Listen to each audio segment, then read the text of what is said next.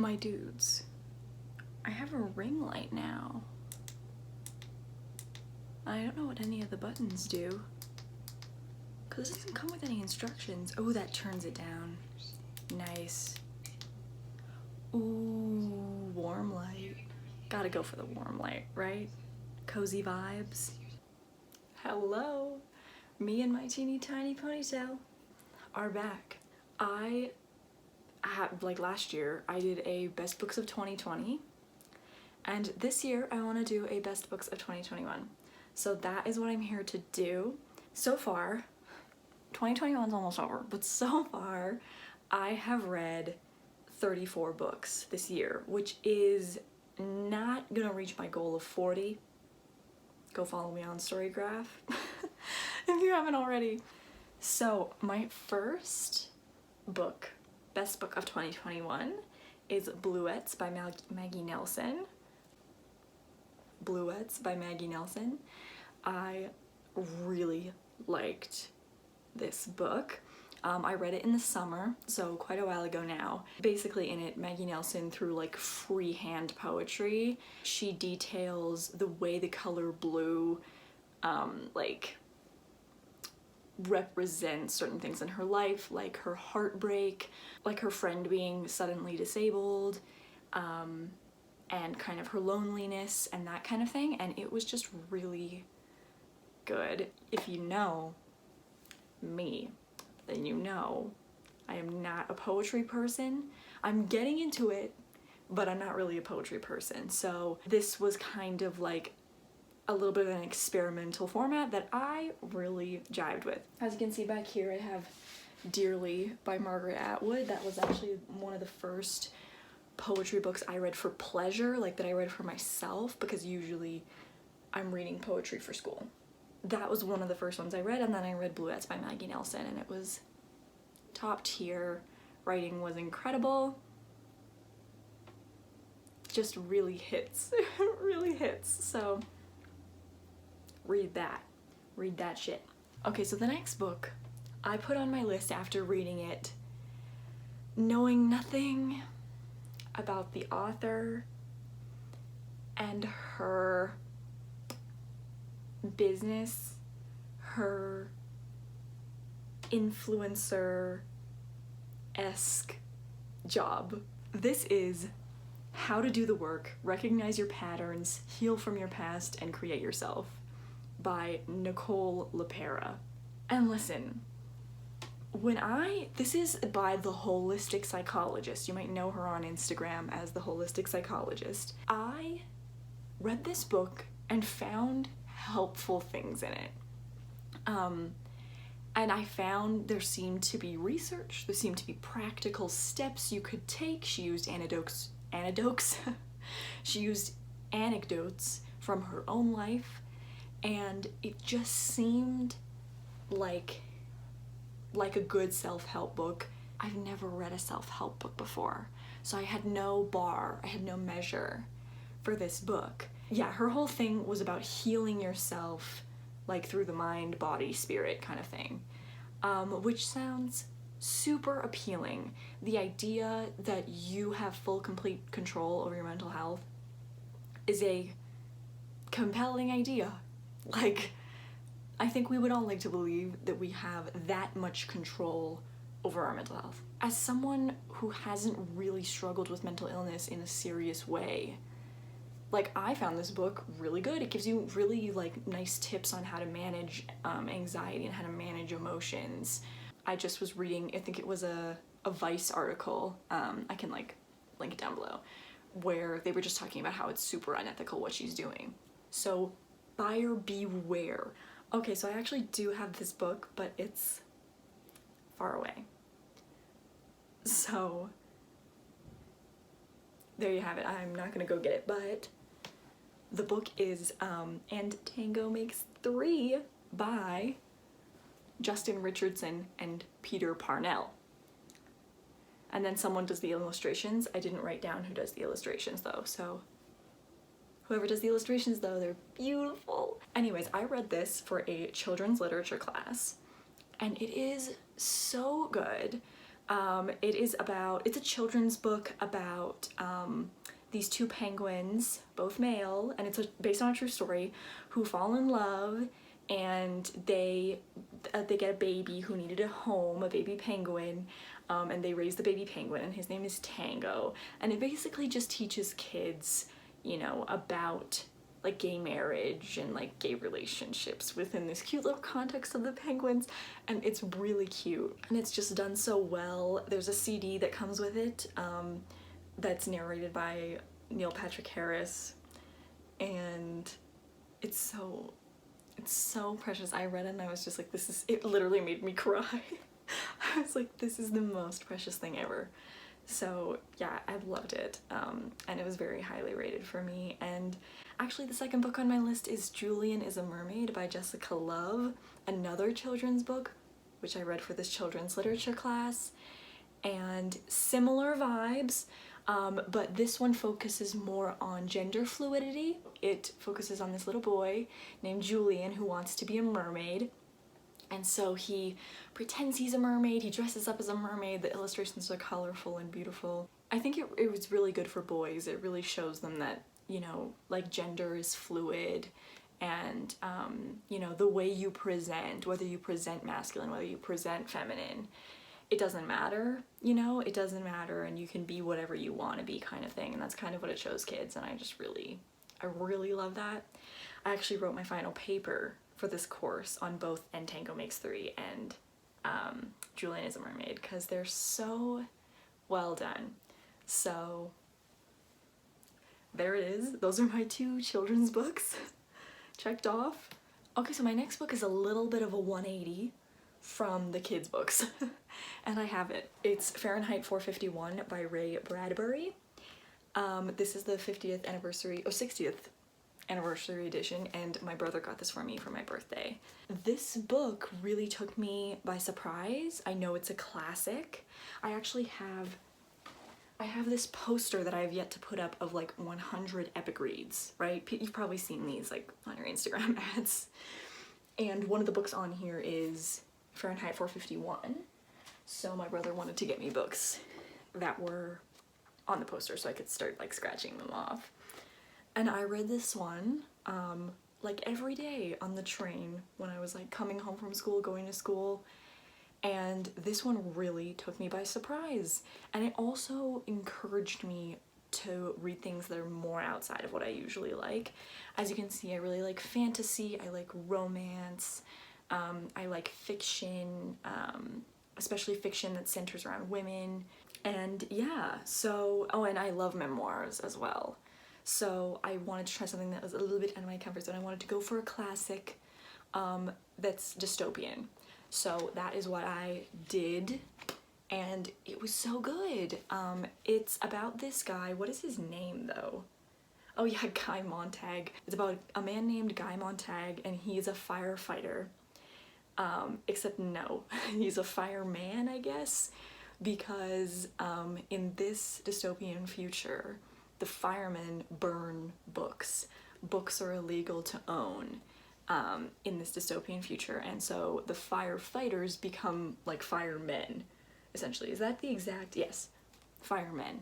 So the firefighters become firemen, and they set fire to people's houses who have books in them.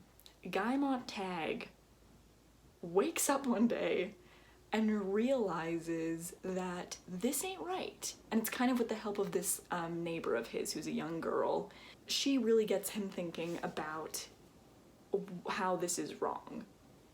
And then it's just about him discovering what literature means to the world and what the absence of literature has done to the larger population and done to the people in his life who have pretty much not had literature in their lives for either a very long time or not at all.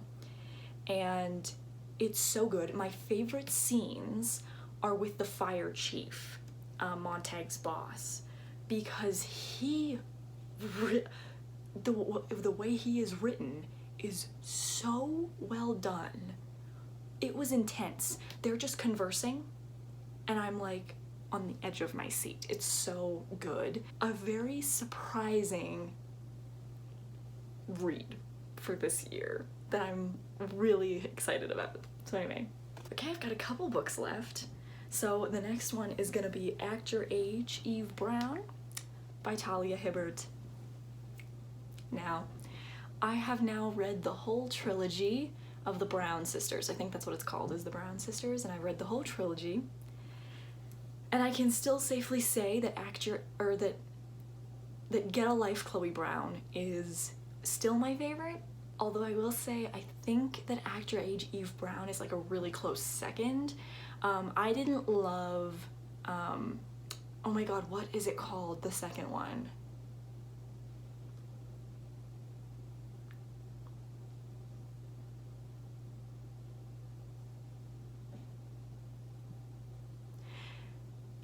Anyway, Act Your Age Eve Brown is about Eve Brown, the youngest of the Brown sisters, and she is struggling to figure out what to do with her life.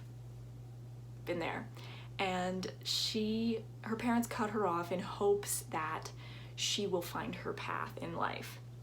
So I think she like breaks down at this like this college. She breaks down at this hotel, this like, what's the right word for it? Because I guess it's a hotel, but it's small. It's like quaint. And I don't even think she breaks down. I think she just sees that help is wanted. And she just goes in. She has no experience. And she goes in and she applies. And this is where she meets Jacob. And Jacob is the manager of the hotel. Maybe he's even the owner. He must be the owner too. And he is a little high-strung. He's a little high-strung. He likes things done a certain way. And he's not a very naturally trusting person. Whereas Eve is outgoing, she's bubbly, she's got confidence like coming out her ears, and they kind of like clash when Eve Brown gets hired as the chef for this hotel. And what can I say? It's really cute. I really do like things that are set in like a hotel or where the two main characters kind of have to see each other all the time. And Talia Hibbert does that really well, because sometimes in romance, the two characters meeting can feel really forced or really like, well, that doesn't make sense, you know? But Talia Hibbert does that really well, where like in Get a Life Chloe Brown, the man in the story was the super, or like the handyman, I think he was the super, of her building. Very much excuses to see each other all the time. Then in the second one, I can't believe I still can't remember the name. Wow. In that one, they worked at the same place, so very much many opportunities to see each other. And then in this one, again, they kind of work/live at the same place, so opportunity to see each other is natural and not forced, and we love it. It's great. You just like root for them to be together, it makes sense for them to be together, and you love it. You just love it. Okay, everybody, 3 more. The next one is The Happiest Man on Earth by Eddie Jaku. This is a memoir, autobiography sort of thing, in which Eddie Jaku recounts his time before the Second World War as a young boy to during the Second World War and his time in Auschwitz, and then after the Second World War. And a little bit of his life kind of after that, like as an older man, and it's really good. Basically it just details his life from those points, like I said, and all along he kind of explores human nature, human kindness contrasted with evil. The writing style is super to the point. It's very easy to read. Like, he's not trying to trick you when you're reading it. It feels like you're getting a story told to you, you know, by like your grandpa. It really does feel like that. Yeah, I don't know. Words today, I don't know, but it's really good. The next one I have with me, and it is The Picture of Dorian Gray by Oscar Wilde. This one is another classic. This one, as you can see, I read for school. I think orange is all the times that Basil hints that he is gay. And then I think blue is about Dorian. And maybe the blue is about Dorian's love for himself. And then the pink, I'm not sure. It often happened that when we thought we were experimenting on others, we were really experimenting on ourselves. Anyway, picture of Dorian Gray. Obviously it's all white rich people doing white rich people things, but it's a very satisfying story in terms of classics. I often find, you know, classics might make interesting commentary on certain topics, but at the end of the day, it's like a couple lines in a whole 300-page book, and there has to be a story there that keeps you interested as well, and this book, to me, still does that. And then not only that, the writing is just really good. I really like Oscar Wilde's writing style. Wow. Say that 10 times fast. The picture of Dorian Gray by Oscar Wilde. Okay, and this last one, I really debated about putting on the list because it was a 4-star to me, and I wouldn't recommend this necessarily to anybody, but to me, I had a real romp reading it, and that means something. It's Chain of Iron by Cassandra Clare. Wow, it looks really cool with the ring light. Look at that, wow. And I had a great time reading this. It's the sequel to Chain of Gold, which is the first book in the, what is this series called again? The Last Hours series. And this Chain of Iron is the second book in the series. What can I say? I kind of thought I wouldn't like it, but it was fun. I had a lot of fun. I always have a lot of fun with Cassandra Clare's books. They're just fun. Like, they're my guilty pleasure, and I know we're getting rid of the term guilty pleasure because why should you have guilty pleasures? Like, people shouldn't be shamed for the things that they like. But it is. It's my guilty pleasure and I love it. So, there it is. That is my truth. It's great. It's just a continuation of Chain of Gold, right? We got James, we got Cordelia, we got all those other people, Matthew, and they're doing stuff. And this one's a murder mystery. And I thought I was not gonna like that. And I did. So there you go. Okay, that is everything from me. I hope you enjoyed. It's nice to stand, like this is fun. And yeah, I hope to see you soon. In fact, I know I will see you soon because I'm filming a book haul right after this. So stay tuned. Hopefully I'm around more.